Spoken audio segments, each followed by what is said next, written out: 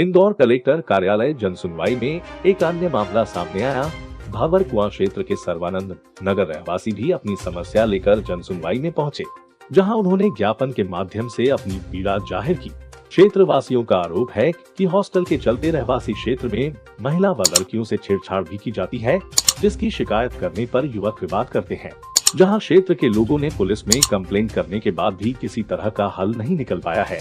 तब से ही मजबूरी में अब प्रशासन से गुहार लगाने रहवासी संघ कलेक्टर कार्यालय जनसुनवाई में पहुंचे। वहीं जनसुनवाई अधिकारी को ज्ञापन देने के बाद आश्वासन दिया कि जल्द ही इस पूरे मामले पर जांच की जाएगी और संबंधित लोगों पर उचित कार्रवाई की जाएगी। विगत कई वर्षों से मैं सरवण नगर में रह रहा हूँ। मेरा मेन मुद्दा वहाँ पर परिवार की सुरक्षा रहती है। वहाँ पे हॉस्टल के मालिक और भाड़ेती मिलकर परिवारों पे हमला करते हैं। मैंने वहाँ पे कंप्लेन भी लिखवाई है और आज तक कार्रवाई नहीं हुई है। मैंने SDM SP साहब थाने में भी कर दिया है, उनसे निवेदन भी कर दिया, लेकिन कार्रवाई नहीं हो रही। मुझे परिवार की सुरक्षा दी जाए। और पास में भी सब निर्माण हो रहा है और निर्माण होने के बाद भी गाड़ियाँ आगे खड़ी करते हैं, कोई सुनवाई नहीं होती है। अगर सुनवाई नहीं होगी तो क्या रहेगा आगे का? सुनवाई नहीं होगी तो मैं तो कह रहा हूँ कि पूरे रहवासी सड़क पे आ जाएंगे और सड़क पे आके प्रदर्शन करेंगे। उसकी जिम्मेदारी प्रशासन की रहेगी।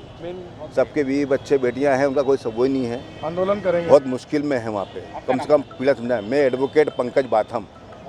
परेशानी है और क्या है पूरा मामला? सर, मैं विगत 20-25 वर्षों से सरवण नगर में रह रहा हूँ। विजय रोचवानी नाम है मेरा, और गार्डन के सामने मेरा मकान है। और आसपास जितने भी हॉस्टल हैं सब अवैध हॉस्टल बने हुए हैं और संलग्न दीवार मिला के बने हुए हैं। और जो भी हैं ये ऐसी असली हरकतें करते हैं कि आदमी अपने घर के आंगन में नहीं खड़े हो पाता है।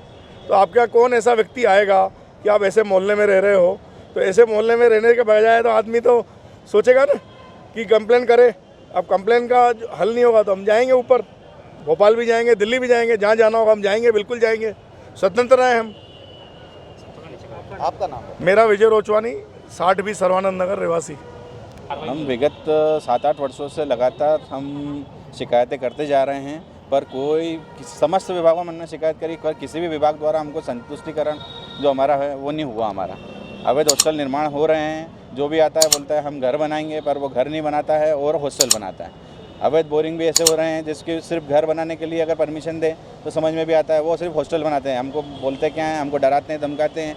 नेताओं का ज़्यादा प्रेशर है, जब भी जाते हैं तो वो हमारी सुनवाई नहीं करते हैं। और इधर भी आते हैं यहाँ पे तो 2-3 दिन के लिए काम रुकता है, फिर वापस काम चालू हो जाता है। और जितने भी बिल्डर हैं वो ये कहते हैं आपको जिस विभाग में जाना है उस विभाग में आप शिकायत कर सकते हैं, आप स्वतंत्र हैं। तो रहवासी किस एरिया का मामला है?